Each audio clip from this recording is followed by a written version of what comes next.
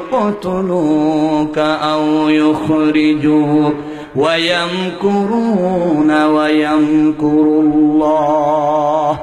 তারা পরিকল্পনা নিল মুহাম্মদ রাসূলুল্লাহকে লিয়ুসবিতুকা আজীবন কারাবন্দী করতে হবে, আও ইয়াকতুলুকা হত্যা করতে হবে, আও ইউখরিজুকা দেশান্তর করতে হবে। সমস্ত মুফাসসিরিন ইকরাম একমত কিয়ামত পর্যন্ত যারা কোরআনের কথা বলে, দ্বীনের কথা বলে, তাদের তিনটার মধ্যে যে কোনো একটা বিপদে থাকতে হবে। কোরআনের কথা বললে আজীবন কারাবন্দী থাকতে হবে, ঠিক কিনা বলেন? এখনো আছে কি নাই? লিয়ুসবিতুকা আজীবন কারাবন্দী করবে, আও ইয়াকতুলুকা অথবা তাদের বিরুদ্ধে বিভিন্ন ধরনের মামলা হামলা দিয়ে হত্যা করবে, ফাঁসির মঞ্চে দিবে, ঠিক কিনা বলেন? আও ইউখরিজুকা অথবা তাদেরকে দেশ থেকে বের করে দিবে। কিয়ামত পর্যন্ত কোরআনের কথা যারা বলবে তাদের উপর বিপদ কয় শ্রেণীর? বলেন না কয় শ্রেণীর?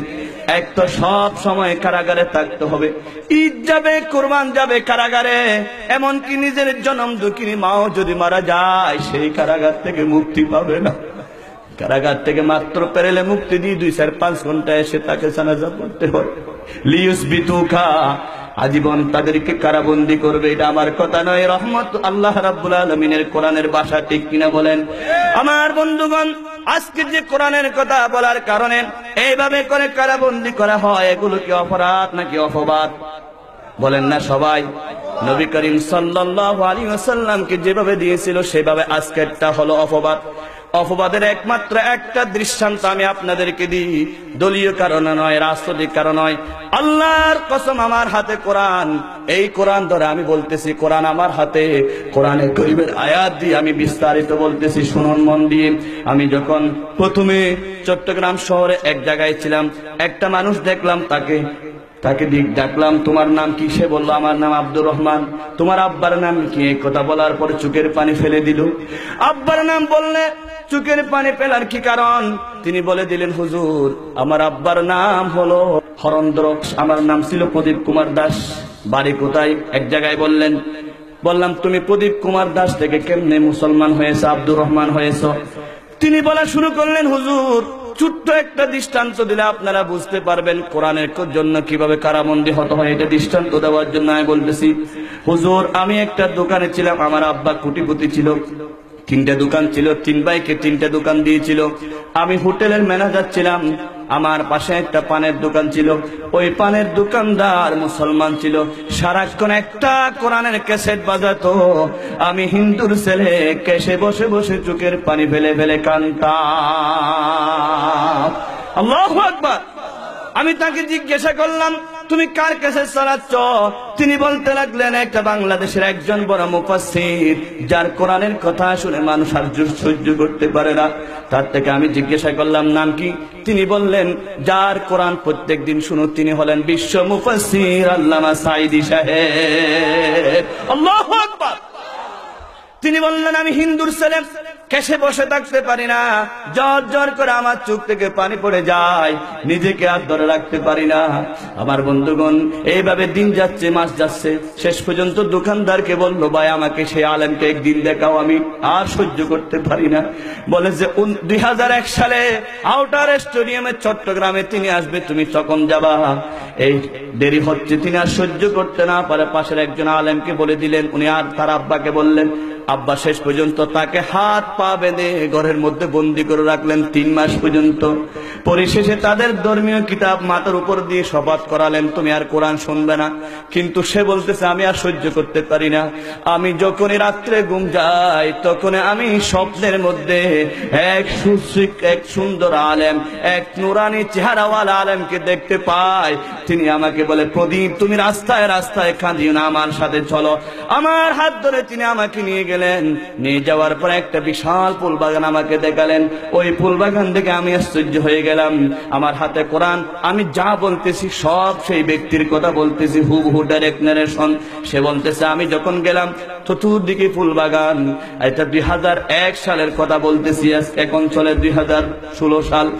বন্ধুগণ, সেই বলতে চোখের পানি ফেলে দিয়ে বলল, ফুলের বাগানে ঢুকালো, বিশাল বিশাল বাগান দেখালো। তিনি বলতেছে, আমি আল্লাহর কোরআনের খেদমত করার কারণে আল্লাহ জান্নাতে এই নিয়ামতগুলো আমাকে দান করেছে। আল্লাহু আকবার বলেন। বন্ধুগণ, এবার তিনি নীরব রইলেন। আউটার স্টেডিয়ামে যখন 2001 সালে আসলো, 31 ডিসেম্বর 2001 সালের কথা আপনারা যারা জানেন মনে করতে পারেন। এবার ক্যাশ থেকে ওই ছেলে কোন লুঙ্গি কোনো কিছু নিয়ে আসে নাই, পরনের কাপড় যা ছিল তা নিয়ে চলে আসলেন। সংক্ষেপ বলতেছি, চলে আসার পরে তাফসীরের মাহফিলে মাঠের এক জায়গায় বসলেন। বসার পরে 7:30 বাজে যখন সে আলেম দাঁড়ালেন, সাথে সাথে ওই প্রদীপ কুমার দাস মাঠ থেকে এমন জোরে একটা লাফ দিলেন, আল্লাহর কসম আমি বারবার স্বপ্ন দেখেছি আজকে স্টেজে যিনি কোরআন নিয়ে বসেছেন তাকে। তিনি মাঠের মাঝখান থেকে দূরে চলে আসলেন, স্টেজের উপর উঠে বসলেন। আল্লামা সাঈদী সাহেব যখন কোরআনে কারীমের আলোচনা শেষ করলেন, সাথে সাথে উঠে কলিজার সাথে জড়িয়ে ধরে বলল, হুজুর আমি একটা হিন্দুর ছেলে, আমি প্রদীপ কুমার দাস, আমি অনেকবার আপনাকে স্বপ্ন দেখেছি। আমি রাস্তায় বসে বসে যখন কাঁদতেছি, আপনি আমার হাত ধরে তুলে নিয়ে আপনি আমাকে একটা ফুল বাগানে নিয়ে গিয়েছিলেন। আমি স্বপ্নের সাথে বাস্তবতার সাথে মিলে দেখতেছি আপনি সেই মুফাসসির যার কোরআনের আয়াত আমি প্রত্যেক দিন সকালবেলা হিন্দুর ছেলে হয়ে কেসে বসে বসে শুনতাম। সুতরাং যেভাবে স্বপ্নের মাধ্যমে আপনি আমাকে সুন্দর একটা বাগান দেখালেন, আজকে আমাকে কলমা পড়াইয়া দেন। আল্লামা সাঈদী সাহেব বললেন, তুমি তাড়াতাড়ি এফিডেভিট করা আসো, আগামী পরশুদিন তোমাকে করাবো, কালকে কোর্টে গিয়ে এফিডেভিট করাও। সবকিছু এফিডেভিট করায় তারপরে দিন কালমা শিখাইয়া দিলেন, কলমা পড়াইয়া দিলেন, লা ইলাহা ইল্লাল্লাহু মুহাম্মাদুর রাসূলুল্লাহ। জুড়ে বলুন সাল্লাল্লাহু আলাইহি ওয়াসাল্লাম। তিনি বললেন, তোমার নাম কি? বলে প্রদীপ কুমার। আমি সাঈদী সাহেব আজকে থেকে তোমার নাম দিলাম আব্দুর রহমান। সুবহানাল্লাহ। ওর আল্লামা সাঈদী তিনি হলেন নায়েবে রাসূল, সূরতে সিরাতে তিনি খোদার মাকবুল। ঠিক কিনা বলেন? আল কোরআনের তাফসীর করেন 50 বছর একটানা, আসতেছে ইসলামী জামানা, বেঈমানি মুনাফিকি চলবে না ভাই, চলবে না, আসতেছে ইসলামী জামানা। ঠিক কিনা বলে? ওনাকে আজীবন কারাবন্দী করা হচ্ছে একমাত্র অপরাধ নাকি অপবাদ? সুতরাং আল্লাহর কোরআনের কথা যারা বলে তাদেরকে তিনটার চাইতে একটা বিপদ হবে, হয়তো তাদেরকে কারাবন্দী হতে হবে।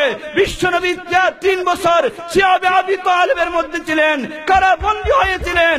আজকে মুসলমানরা আমরা আরামের সহিত খানা খাচ্ছি, আরামের সহিত চলাফেরা করতে, তিনটার একটাও যদি না হয় মনে করতে হবে আমার একটা কাটে, আমার ইমান কাটে হচ্ছে না। হয়তো কোরআনের জন্য জেলে যেতে হবে, না হয় কোরআনের জন্য ফাঁসির মঞ্চে যেতে হবে।